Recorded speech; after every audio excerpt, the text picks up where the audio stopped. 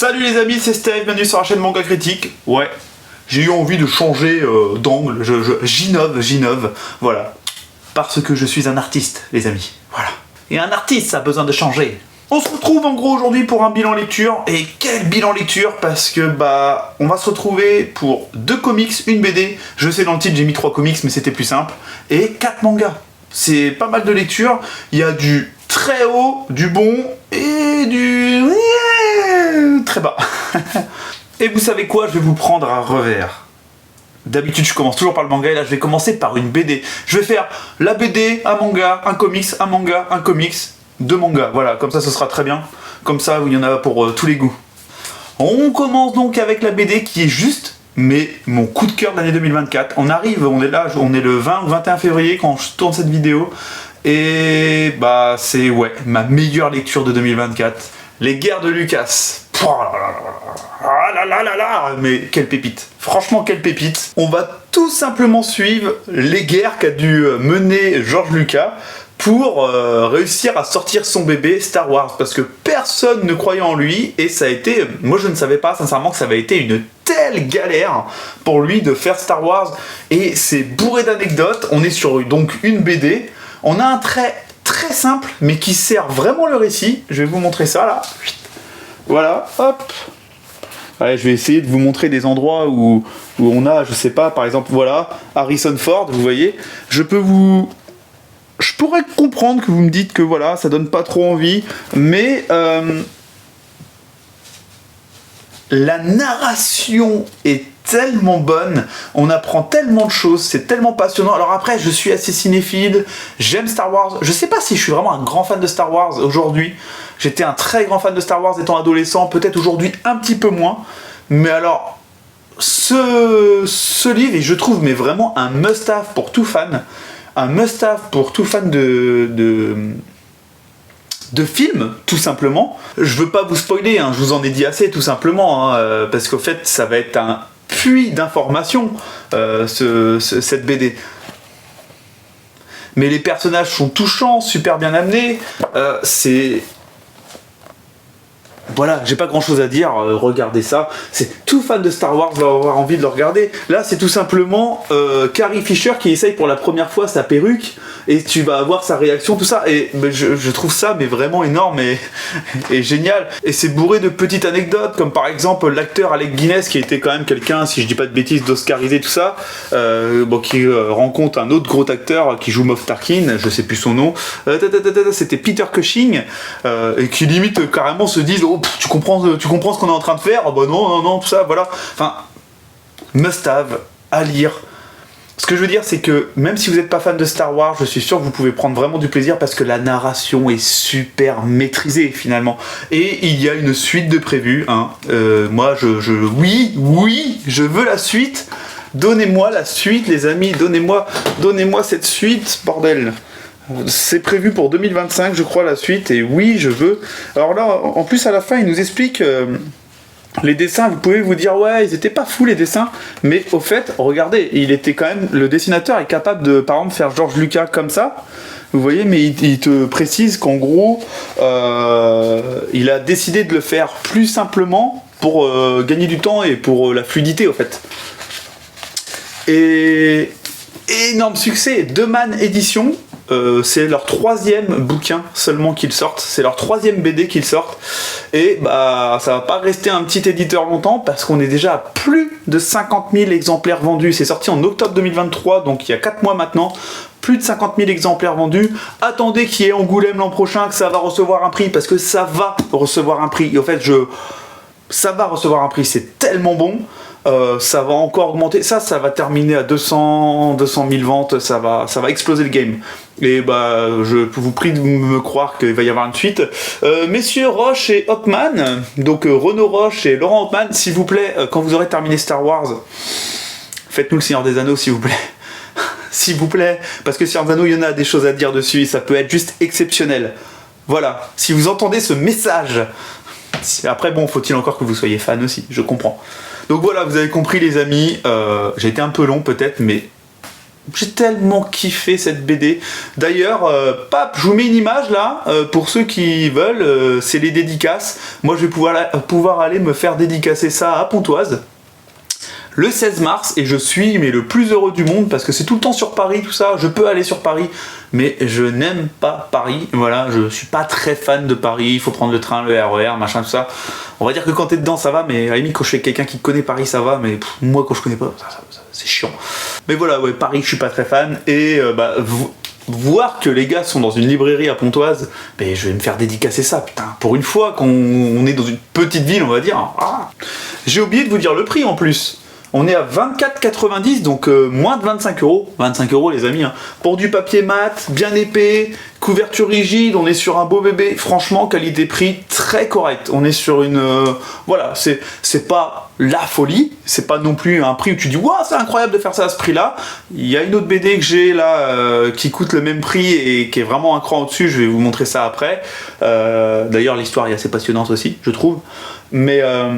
voilà, très bon prix quand même de Demain Édition qui vient tout juste d'exister quoi. Donc on va continuer la suite avec un manga qui, bon, on est sur du moyennou, mais voilà, il y a une petite touche qui m'a plu dans ce manga. On est chez Nobinobi avec Monsieur Méchant va détruire la Terre.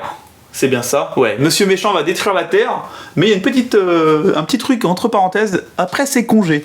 Alors là, il va pas y avoir grand chose à dire, on est tout simplement sur un gag manga. Bon, c'est très fin, on est à 7,20 €. Bon, vu la finesse du manga, le nombre de pages, ça aurait pu être à 6,90 €.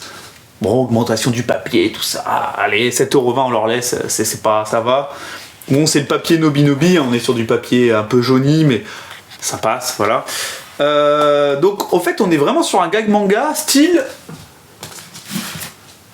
La Voix du Tablier. Donc on enchaîne les petits gags, à chaque chapitre il y a une nouvelle petite histoire. On va suivre et chaque nouvelle histoire à chaque fois commence par la même chose. Paf! Je suis un membre dirigeant de la Ligue du Mal et il y a une organisation maléfique qui œuvre quotidiennement pour exterminer l'humanité et conquérir la Terre. Néanmoins, aujourd'hui je suis en congé. Le mec est censé faire partie de la Ligue du Mal, on va voir, il va rencontrer même des gens de la Ligue du Bien et tout, tu vois. C'est hyper cliché, c'est enfantin, hein. Mais il est en congé, et quand il est en congé, ce qu'il aime, c'est se détendre, il veut pas se battre, ok. Il veut pas détruire la Terre quand il est en congé, parce que c'est le dimanche, il est en congé. Il aime les pandas, il va au zoo voir des pandas, donc on va voir sa vie, c'est un peu un tranche de vie, gag manga. J'ai trouvé ça mignon, c'est pas fou, ça pète pas de 3 pattes à un canard, mais j'ai pas passé un mauvais moment, et c'est un manga que t'as dans ta mangathèque, comme La Voix du Tablier, où tu peux lire un tome une fois de temps en temps, ça va te détendre. Quand t'as eu une lecture un petit peu dure, un petit peu pleine d'émotions ou quoi, bam, juste derrière, tiens, tu te prends ça, ça peut faire 5 mois tu l'as pas lu, tu te prends le tome 2, tu t'en fous. Ça va être du gag manga, tu t'as pas besoin, t'as pas un gros fil conducteur, à tout péter, il y a un personnage que t'as oublié, c'est pas grave, tu vas t'en rappeler au fur et à mesure. Voilà, c'est ce genre de manga. Sincèrement, c'est un 13/20.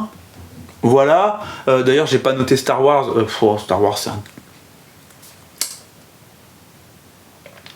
J'ai failli dire 19/20, mais pour moi, 19/20, c'est la note ultime.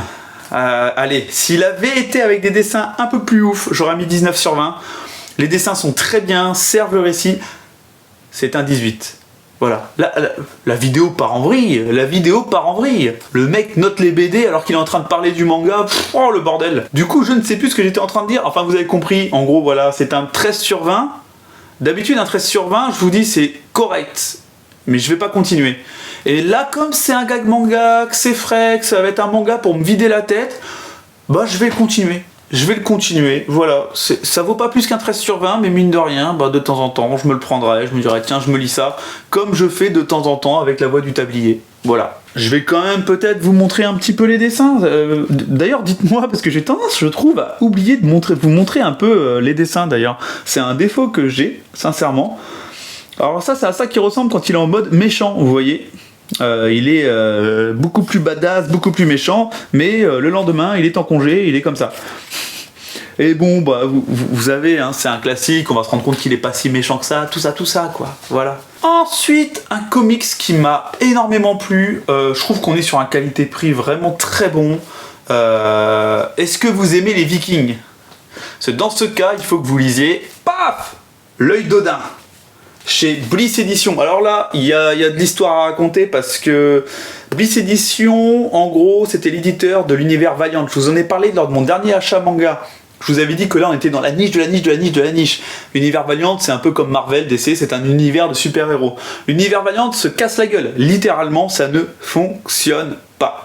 Il n'y a plus qu'un ou deux titres qui sortent par an. Voilà, c'est... Tous les auteurs de l'univers Valiant, quasiment, ont décidé, il y a... en 2019, je crois, de créer un autre univers, en gros. Enfin, c'est pas un univers, mais de créer un collectif où ils créent des comics aux États-Unis, et c'est des très bons auteurs parce que Valiant c'est pas dégueu à lire, hein, c'est pas dégueu, donc c'est des très bons auteurs, des mecs qui ont déjà bien taffé, et en fait ils ont donc créé une sorte de label qui s'appelle Bad ID aux États-Unis. Aux États-Unis, ça n'existe pas. Ils ont rien sorti en cartonné ou en truc one shot comme ça, récit complet. Ils ont sorti tout ça en des petits trucs, des TPB, on appelle ça, je crois. Et c'est distribué que dans certaines librairies. C'est distribué que dans certaines librairies, ce qui rend le truc rare et ce qui a fait que ça a marché en fait. Les gens veulent les choses rares parce que les choses rares prennent de la valeur. Vous voyez, c'est tout bête. Hein. Et Bliss Edition s'est dit, bah attends, on a bossé avec eux quand on distribuait l'univers Valiant. Ils sont allés les chercher et ils ont obtenu le droit de sortir leurs comics à Bad ID. Et donc, en fait, ça, c'est exclusif à la France. Je crois que ça sort en Espagne et dans quelques autres pays européens. Mais voilà, c'est pas quelque chose qu'on a partout. On est à 25 €, les amis. Voilà, on est à 25 €, hein, regardez le bestiau. On est sur un super taf quand même. On est sur un truc qui a 190 pages.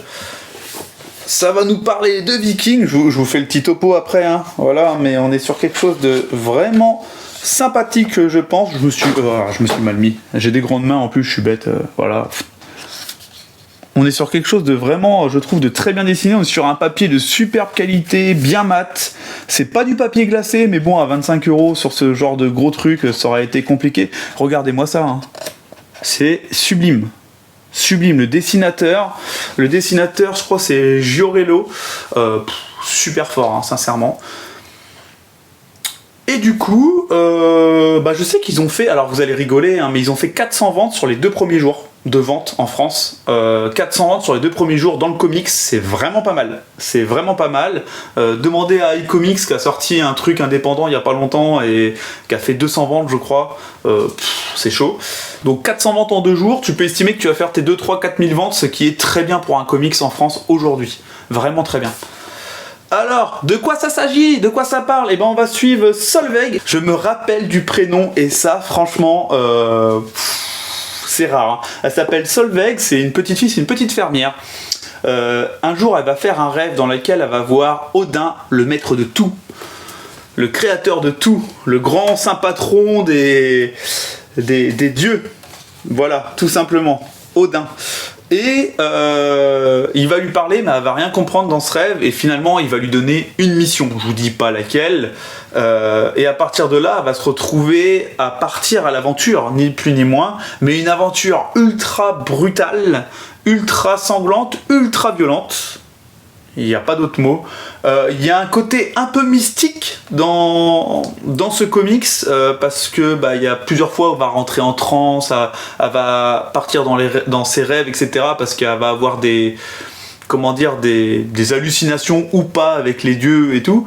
Et ça, faut suivre. Je pense qu'il faut être bien réveillé quand tu le lis parce qu'il y a quand même des moments où c'est assez mystique, tout simplement. C'est assez mystique. Mais le scénario est vraiment bon, prenant. Je l'ai lu en 1 heure, non, je l'ai lu en 1h30, 2 heures. Un soir, je l'ai pas lâché. Voilà, je l'ai pas lâché. Seul petit défaut, la fin, c'est un récit complet, mais la fin appelle à une suite. La fin est très ouverte. Et vraiment, moi, je l'ai fermé, j'étais en mode, je veux la suite, quoi. Du coup, qu'est-ce que j'ai fait avec mes petits doigts? Je suis allé contacter Bliss Edition, parce que je peux pas vous laisser comme ça aussi. Je peux pas vous dire est-ce qu'il va y avoir une suite, pas de suite. Bliss Edition nous a dit, alors, on n'a rien d'officiel, donc n'annoncez rien sur votre chaîne s'il vous plaît. Mais on a discuté avec le scénariste, et le scénariste a très envie de faire la suite. Donc, on peut espérer avoir une suite, surtout que surtout si ça se vend bien un peu partout en Europe. c'est clair que le mec il va pas ne pas faire une suite. Faudrait être très con, sincèrement, pour pas faire la suite. Voilà. Mais il y a rien d'officiel. Vous savez, dans le monde du business, tout peut partir en couille très vite. Bon, je vais me dépêcher parce que mine de rien, on est qu'à la deuxième œuvre. J'espère que je vous ai donné envie. Franchement, c'est vraiment le genre de récit qu'il faut supporter. Le deuxième récit de Bad ID va sortir, je crois, en avril ou en mai, et ça va être donc dans ce format, mais ça va être sur la piraterie.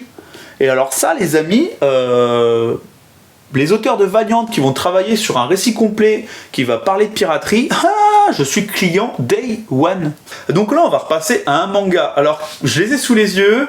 Est-ce que je vous parle d'un manga qui m'a absolument pas plu, ou est-ce que je vous parle d'un manga qui m'a ému? On garde le meilleur pour la fin. Allez, vous savez quoi? On va partir sur un manga qui m'a pas plu. À tous les fans de Nodame Cantabile, si vous avez votre petit cœur fragile, passez. Passez, parce que ça a été catastrophique pour moi. Ah là là là là. Oh. Je n'ai pas réussi à le finir. 2 fois. Oui les amis, je n'ai pas réussi à le finir 2 fois. C'est vous dire à quel point ça a été dur pour moi. Alors, je vais rester très poli en vous disant que je ne suis pas la cible. Mais j'en veux à Pika. Alors je sais pas si c'est les japonais, dites-moi pour ceux qui sont au courant, je sais pas si c'est les japonais qui l'ont mis en josei. Donc josei, vous le savez, c'est un manga en gros qui plaît un peu plus aux femmes mais qui est pour adultes. Mais là pour moi c'est un shoujo. C'est un shoujo. Tout simplement, ce n'est pas un josei. Alors vous savez que je suis capable de lire du shoujo, mais là, je n'ai pas accroché du tout. J'ai eu un problème fou avec la narration, j'ai eu un problème fou avec les dessins, j'ai eu un problème fou avec l'histoire qui est ultra bancale, j'ai eu un problème avec le fait que le couple n'est tellement pas crédible. Il y a un rapprochement entre les deux mais ça ne colle pas avec les personnages. Il se passe des choses, un humour, mais qui n'a pas marché sur moi du tout. La fille qui fait des proutes, non, ça n'a pas marché. Et pourtant, j'aime l'humour bof, j'aime l'humour de gros porc. Je suis un lourdeau total au niveau humour. Mais alors, l'humour de gros porc, c'est un peu limite quand même. Parce que l'humour de gros porc, ça fait humour... humour sexuel ou je sais pas quoi. Bon les amis, voilà, enfin...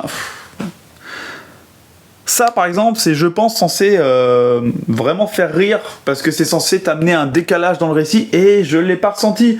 Et de source sûre, je parle avec une amie qui l'a lu aussi, et sans qu'on se parle avant, je lui ai pas parlé de cette vanne, elle me l'a envoyé en photo, elle m'a dit non mais sérieux, pour vous dire que voilà, ça marche pas sur... Cet humour ne fonctionne pas sur tout le monde. Mais le pire c'est que j'en avais entendu beaucoup de bien, c'est pour ça que j'ai prévenu avant, surtout que ne vous sentez pas insulté quoi, si vous aimez pas, si vous adorez plutôt, mais voilà, ça n'a pas fonctionné sur moi, mais du tout. C'est des choses qui arrivent, je n'étais pas la cible. Voilà, et j'ai vraiment, mais genre, détesté au point où c'est un 7-8 sur 20, quoi. C'est la déception de l'année pour l'instant. Et putain, j'ai mis genre 17 € là-dedans. Oh, ça fait mal. Ah oui, du coup, un petit tour de l'édition, les amis. Bon, on est sur un manga très épais. Voilà, mais on est à 17 € quand même. C'est très cher, 17 €. Je vais vous montrer une autre œuvre après, comics, qui m'a coûté exactement 17 €. C'est pas comparable, il y a moins de pages, mais quand même quoi. Et puis on est sur un papier, toujours pareil avec Pika, correct, parce qu'on voit pas trop au travers. Bon, au moment où je vous dis ça, on voit au travers là. On va dire qu'on voit pas trop au travers, mais là on a la ring light. La ring light, elle est quand même, elle éclaire bien. Voilà, on va dire qu'avec un éclairage normal, ça m'a pas gêné. Mais on est quand même sur un papier qui est toujours un peu jaune, pas bien blanc. Voilà, le papier Pika. Pourquoi sur les éditions Masterpiece ils n'utilisent pas le papier qu'ils utilisent sur les Pika graphiques? Il y a un Pika graphique par la suite. Suspense. Et le prochain comic, je vous en avais parlé lors de ma vidéo de ce qui arrivait en février-mars. C'est un comics qui m'intéressait. On a Down Van Hall.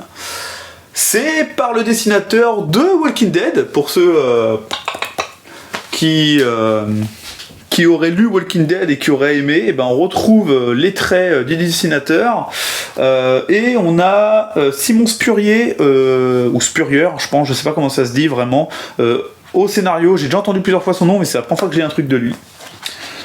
Voilà, niveau dessin, alors on n'est pas sur de la couleur flashy, on est vraiment sur les dessins de Walking Dead, mais en couleur du coup.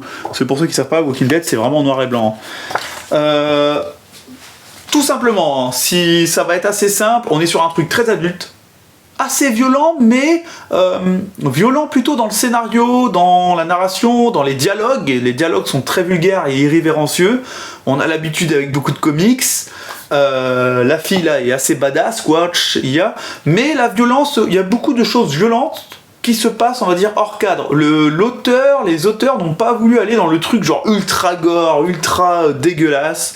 Il y a un côté un peu polar, enquête, et surtout on va suivre cette fille qui est une magicienne, qui va avoir son maître qui est décédé, son maître qui était grand et puissant en gros, et elle va suivre ses traces, elle va remonter ses traces, parce qu'en fait depuis qu'il est décédé, il y a 72 démons qui sont descendus sur Terre, et les humains peuvent en gros c'est des Pokémon les bordels, d'ailleurs il y a une référence à Pokémon, les humains peuvent les choper et les utiliser ces démons. Et elle, c'est ni plus ni moins, pour ceux qui ont vu le film Constantine avec Keanu Reeves, c'est ni plus ni moins qu'une Constantine au féminin. D'ailleurs, j'ai vu une vidéo d'un monsieur... Ah, désolé, je me souviens plus de ton nom, j'aurais bien aimé te faire une petite pub. Ah là là. Bon, c'est mort. Désolé. Si je le retrouve, je mettrai le lien, mais en plus, je sais pas si je suis abonné. Bref, le bordel. Bref, si je le retrouve, je mettrai le lien. Et qui disait qu'en fait, son maître, on va le revoir plusieurs fois dans la BD, son maître, en fait, fait clairement illusion à Constantine, en fait. Son maître pourrait vraiment être Constantine. Et d'ailleurs, Simon Spurrier a, pour ceux qui ne le savent pas, écrit tout un run. Un run, pour ceux qui ne suivent pas le comics, ça veut dire que c'est toute une partie écrite par un même auteur. On appelle ça un run, voilà, sur une licence en général. Et donc sur la licence Hellblazer. Hellblazer, c'est Constantine, pour ceux qui ne savent pas, voilà. Donc il a écrit sur Hellblazer, et c'est peut-être de ça qui est venu Damn Them All. Et ben c'était très bien, c'était pas non plus une claque intersidérale, mais c'est le premier tome, c'est le numéro 1, donc c'est une série en cours. Et ça, il y avait beaucoup de mise en place, mais j'ai vraiment aimé la patte. J'ai vraiment aimé la patte, le côté un peu polar, des fois action, très vulgaire, très sombre. J'ai vraiment apprécié. J'aime le personnage principal aussi. Elle est cool, elle est badass, hein, faut le dire. Pour l'instant, c'est un 14 sur 20, mais je sens qu'on peut aller à vraiment plus. Je sens qu'on peut aller à vraiment plus, et c'est pour ça que j'ai vraiment apprécié. Mais comme là, on est sur beaucoup de la mise en place, on apprend beaucoup de choses, le scénario est bien ficelé, le scénario est bien ficelé, il est assez complexe. Franchement, donnez-lui sa chance si vous aimez ce genre de récit, hein, donnez-lui sa chance, je vais vous montrer un peu plus. J'aime le fait, moi, que les couleurs soient pas flashy, pour cette ambiance. Entre chaque chapitre, on a des notes, par exemple là c'est un démon, on te parle d'un démon, et c'est le maître, c'est les notes du maître du personnage principal. Pour ceux qui ont vu Walking Dead, qui ont lu Walking Dead, ça fait très penser à Michonne, ça, comme personnage, hein, quand même, voilà. Hop, allez, je passe. J'aurais bien aimé vous montrer un démon, en quoi ça ressemble. Voilà, là par exemple, on a un démon, vous voyez, et il y a un côté un peu flouté, il le représente de façon très lumineuse et floutée, le démon. Voilà, hop. Quand ils apparaissent, bon, vous voyez, voilà, il y a du gore, on voit du sang qui gicle et tout, mais ça reste hors cadre. Voilà, si vous aimez pas trop la super violence, les trucs gore, si les trucs ultra gore, ça vous dérange dans les BD ou quoi, vous pouvez y aller. Ça va, il y a du sang et du machin, mais c'est pas non plus... on veut pas... Par exemple, à un moment donné, on te parle d'un homme qui est en train de se faire déchiqueter, littéralement, de dépecer, et ben en fait, on te dit qu'il est en train de se faire déchiqueter de ça, mais on le voit pas, voilà. J'ai trouvé ça... moi, ça m'aura pas dérangé de le voir, carrément pas. Avec Garcenis, j'ai l'habitude, mais... c'est pas plus mal pour parler à un plus grand public, finalement. Et les amis, je crois qu'on est à moins de 18 €. On est à 17,50 €, un truc comme ça. J'ai pas le prix sous les yeux. Mais voilà, on est à 17,50€, c'est chez Delcourt. Delcourt Comics, ça n'a rien à voir avec le Delcourt Manga, les amis. C'est un truc de fou, hein. La mentalité, le gérant de la partie Delcourt Comics, il s'appelle Thierry Mornay, il a une superbe mentalité, vraiment. Rien à voir, c'est un pur passionné, il n'est pas là pour faire la poche des lecteurs. Bien sûr, il faut gagner sa vie, hein, il le dit lui-même, il faut gagner sa vie de ça, mais il n'est pas là pour faire la poche des lecteurs. Et quand tu vois ça, 17,50 aujourd'hui, comparé à iComics qui te sort des trucs de la même taille à 28€, voilà, il y a un monde. Allez, on va continuer avec, je pense là, dans toute cette vidéo, bon, il y a les guerres de Lucas qui sont tout en haut, après il y a l'œil d'Odin, si je devais classer, et ensuite... ah non, vous savez... Ah, égalité avec l'œil d'Odin. Égalité parce que le chien gardien d'étoiles. D'ailleurs, la première fois que j'en ai entendu parler, c'était sur une vidéo d'Authentic Manga. Et j'ai appris hier que Authentic Manga arrêtait YouTube. Donc j'ai eu cette bonne continuation. On est bien triste, hein, Authentic, parce que sincèrement, t'étais, je pense, en toute honnêteté, l'un des tout meilleurs d'entre nous, clairement. T'innovais tout le temps, t'étais tout le temps dans l'innovation, t'avais tout le temps des nouvelles idées, des nouvelles vidéos. Moi je me disais putain, mais comment il fait pour avoir le temps? Il fait 2 vidéos par semaine, ce mec, il travaille à côté, il a une famille et il arrive toujours à innover, à nous faire des vidéos assez folles, hein, en plus. Donc franchement, c'est Ed qui a mis un commentaire en dessous qui a dit Authentic, c'est le youtubeur préféré de ton youtubeur préféré, quoi. Et au fait, franchement, ouais, c'est un peu vrai. Donc franchement, bonne continuation à toi, Authentic. Puis peut-être un jour que tu reviendras. Et pourquoi pas, dans 3, 4 ans, 5 ans, on sait pas, voilà. Mais j'espère puis te croiser un jour, pourquoi pas, lors d'une Japan Expo ou je ne sais quoi. Voilà. Bonne continuation à toi, quoi. Putain, je vais limite chialer, quoi. Merde. Le chien gardien d'étoiles. Alors, le chien gardien d'étoiles, ça va être plusieurs histoires liées entre elles par les histoires de chiens. Voilà, en gros, je vous dis juste ça. Par contre, je vais vous dire mon ressenti. Mon ressenti, c'est qu'il a fallu que je fasse une pause à la moitié parce que j'étais à 2 doigts de chialer. J'étais à 2 doigts de chialer, de pleurer, vraiment. En ce moment, je lis beaucoup de trucs qui me touchent vraiment. Et puis merci à Authentic d'en avoir parlé et merci à Adrien d'avoir achevé le travail, à Adrien et Céline d'avoir achevé le travail, parce que j'ai adoré, hein, j'ai adoré. Là, je pense que c'est ma meilleure lecture manga de l'année. Ce sera 17/20, je pense, voilà, spoiler, ce sera 17/20. C'est touchant, c'est émouvant, c'est une histoire d'amitié entre un homme et son chien, par exemple pour la première histoire. Et en fait, c'est toujours une histoire d'amitié entre l'humain et le chien.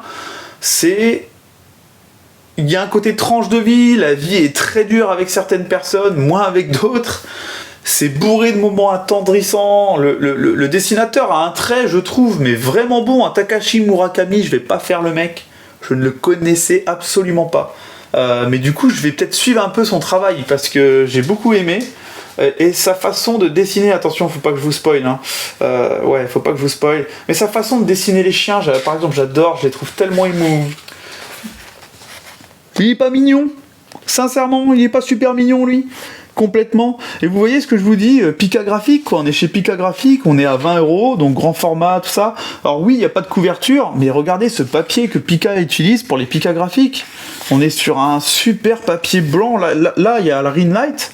Pas de souci, on voit pas au travers, quoi. C'est du super papier. Moi, j'aimerais que dans leur masterpiece, ils utilisent ça, bordel, quoi. Franchement, genre à 17€ sur une masterpiece, tu peux pas utiliser du papier comme ça. Te fous pas de notre gueule, quoi. Mais voilà, il y a des traits qui peuvent... vous pouvez vous dire presque que c'est mal dessiné, par exemple l'enfant là qui a une drôle de tête, tout ça, mais au final il fait beaucoup passer d'émotions et c'est subtil, c'est précis. Vraiment, vrai petit coup de cœur. Du coup merci Authentic, Adrien et Céline, parce que je l'aurais pas acheté sans eux je pense. Et 17/20. Un petit must-have en 2024. Hein. J'ai fait confiance parce que de moi-même, je vais pas vous mentir, de moi-même, je serais passé à côté. Le chien gardien d'étoiles, comme ça, la couverture, ça donne pas forcément envie.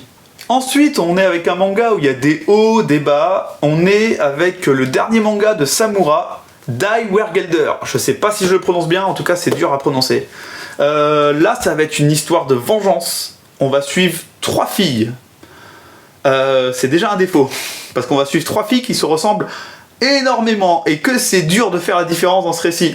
On est sincèrement sur le truc qui m'a le plus gêné. C'est que la galère pour faire la différence entre les filles. Oh la vache. Sinon on est sur un récit violent, il y a du sexe,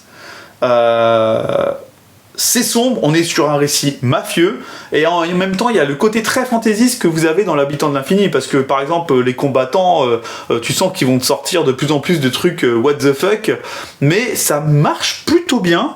Le problème de ce tome pour l'instant c'est qu'on sait pas vraiment où on va, et que le scénario j'ai trouvé plutôt bien ficelé, mais on sait pas du tout où il nous emmène. On sait pas du tout où il nous emmène, et pour l'instant je sais que c'est assez mitigé, parce qu'il y a Manga Badass qui a adoré, je vais pas vous dire, Adrien l'a lu, il a un avis dessus, je vais pas vous spoiler parce qu'il en parlera dans une de ses vidéos, le pauvre, je vais pas le spoiler, enfin je vais pas vous spoiler, je vais pas lui bousiller son avis. J'ai une amie qui l'a lu, qui elle a détesté. Et moi, je suis en mode, ouais, j'ai bien aimé, il y a des qualités, et vous savez quoi? Est-ce que ça vous fait pas penser à quelque chose? Est-ce que ça vous fait pas penser à ce que je vous ai dit sur les 2 premiers tomes de l'Habitant de l'Infini? Ouais, il y a des qualités, le récit était pas trop mal, mais je sais pas trop où ça va, ça m'a pas emballé non plus. Je suis un peu dans le même délire, mais du coup, il y a quand même des choses qui m'ont plu dedans, tout comme l'Habitant de l'Infini. L'Habitant de l'Infini, vous le savez, pour ceux qui ont regardé la dernière vidéo, j'ai continué et finalement j'ai kiffé. Merci à Manga Badass et à mon autre abonné qui m'avait dit pouce, parce que en fait c'est une tuerie, et du coup je vais pas tomber dans le même piège. Je vais pas dire ouais, je ferai le 2e tome. Si le 2e tome ça part trop en quéquette machin, je me mettrai en bonne condition pour lire, c'est-à-dire que je relirai le tome 1, je me lirai le tome 2, voilà. Si ça part pas du tout, peut-être que je continuerai pas, mais en tout cas je lui laisse sa chance. Tome 2, c'est un peu bizarre parce que je vous ai noté Dumben Hall 14/20 et je vous ai dit que voilà, ça m'avait énormément plu quand même, mais en toute honnêteté ça mérite pas plus de 14/20, mais je sens que par la suite ça peut exploser. Et là j'ai envie de vous le noter aussi 14/20, et en même temps j'étais un peu moins sympa avec. Peut-être l'ambiance qui m'a un peu moins plu, tout ça. Je ne sais pas. En fait, Daiwargelder, c'est un ovni. Sincèrement, c'est un ovni, et je suis un peu emmerdé pour vous en parler, comme j'ai un peu le cul entre 2 chaises. Tout simplement. Je pense que des gens qui vont avoir adoré seront moins emmerdés que moi pour vous en parler, et des gens qui vont avoir détesté seront moins emmerdés que moi pour en parler. Du coup, bon voilà. Là, on est sur un manga, je vais servir à rien, sincèrement, je vais vous dire, là, faut se faire son propre avis. Vraiment. Faites-vous votre propre avis sur Daiwargelder, quoi. Niveau prix, on doit être à 8 € et des brouettes, je crois, 8,50 €, un truc comme ça. Le prix s'affiche là, parce que du coup, je vous avoue que je suis pas sûr, je vais pas vous dire de bêtises. Par contre, il faut quand même dire que on est à 7 tomes sortis au Japon depuis 2013, voilà. Donc attention, on est sur une série qui avance très lentement, qui prend tout son temps. Donc voilà les amis, j'espère que cette vidéo vous a plu, et lâchez le petit pouce bleu, partagez, abonnez-vous, tout ça. Putain, je suis vraiment devenu un vrai youtubeur qui pense à dire ce genre de choses. Voilà les amis, je vous fais un gros bisou comme à chaque fois.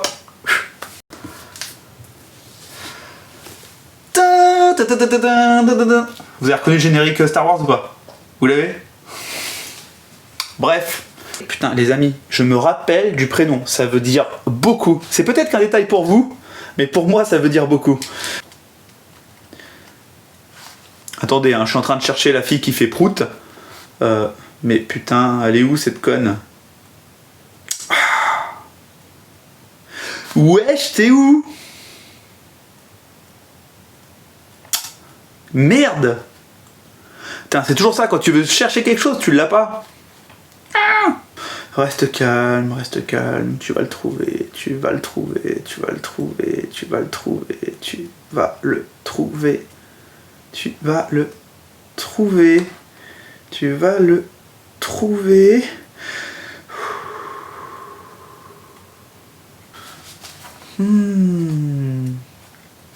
Là!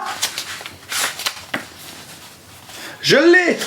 Ensuite, on est sur une lecture, ouais, mais il y a des qualités, il y a des hauts débats. On est sur le dernier Samura, celui qui a fait l'Habitant de l'Infini, avec Daiwargelder.